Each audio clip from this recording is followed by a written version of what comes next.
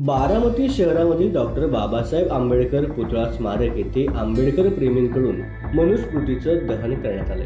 स्त्रियांना दुय्यम समजणाऱ्या तसेच माणसात विषमता निर्माण करणाऱ्या मनुस्मृतीचं डॉक्टर बाबासाहेब आंबेडकर यांनी 25 डिसेंबर 1927 रोजी महाड या ठिकाणी दहन केलं होतं। दरवर्षी ठिकठिकाणी 25 डिसेंबर रोजी आंबेडकर अनुयायी मनुस्मृतीचं दहन करून डॉक्टर बाबासाहेब आंबेडकरांनी संविधानाच्या माध्यमातून दिलेला समानतेचा संदेश समाजापर्यंत पोहोचवत असतात। याच पार्श्वभूमीवरती बारामती शहरात आंबेडकर अनुयायांकडून मनुस्मृतीचं दहन करण्यात आलं आहे। महाराष्ट्र न्यूज लाईव्हसाठी निलेश जाधव, बारामती। बाबासाहेब आंबेडकरांचा विजय असो। डॉक्टर बाबासाहेब आंबेडकरांचा विजय असो। जय भीम, जय भीम, जय भीम, जय भीम। डॉक्टर बाबासाहेब आंबेडकरांचा विजय असो।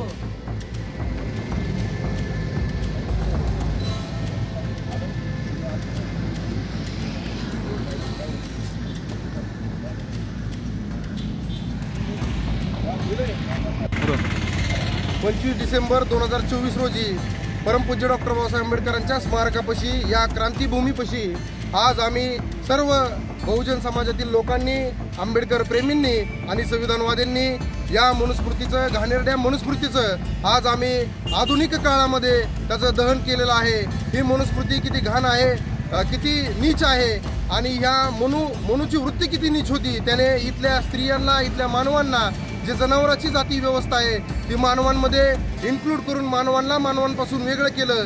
4 वर्ण निर्माण केले। एवढंच नाही तर 4 वर्णातील लोकांनी खालच्या वर्णातील लोकांवरती कशा पद्धतीने अन्याय करायचे, त्यांना कशा पद्धतीने नीच वागणूक द्यायची, ही सगळी आयडियॉलॉजी त्या घाण मनुस्मृतीमध्ये मांडली होती। त्यामुळे आमचे परमपूज्य या भारत देशाचे उद्धार करते, आधुनिक भारत लोकतांत्रिक भारत घडवणारे परमपूज्य डॉक्टर बाबासाहेब आंबेडकरांनी ही घाणेरडी मनुस्मृती 25 डिसेंबर रोजी महाड येथे जाळली होती।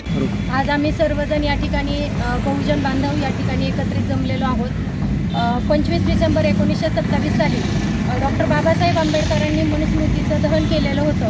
हे दहन करण्यामागं खूप मोठी कारणं होती की डॉक्टर बाबासाहेब आंबेडकरांच्या पुस्तकांवरती इतकं प्रेम होतं आणि इतकं प्रेम असताना देखील ते जर एखादं पुस्तक जाळत असतील तर ते पुस्तक किती विषारी आणि किती घातकी असू शकतं याचा विचार आपल्याला करावा लागणार आहे। ज्या वेळेस स्त्रियांवरती अन्याय अत्याचार हे होत होते, महिलांना मनुस्मृतीमध्ये जर एखाद्याचा पतीचं निधन झालं तर त्या महिलेचं मुंडन करून तिला सती जाण्याची प्रथा ही मनुस्मृतीमध्ये होती। त्याचबरोबर एखाद्या महिलेला जर मूल होत नसेल तर तिला वांझोटी म्हणून संबोधलं जात होतं आणि त्याचबरोबर महिलेनी फक्त चूल आणि मूल एवढंच बघायचं, त्याच्या व्यतिरिक्त तिने कोणत्याही प्रकारचं शिक्षण घ्यायचं नाही किंवा उमरा ओलांडून तिने सीमेच्या बाहेर जायचं नाही, असं या मनुस्मृतीमध्ये होतं। आणि वारंवार मनुस्मृतीमध्ये महिलांवरती अन्याय अत्याचार हे होत होते।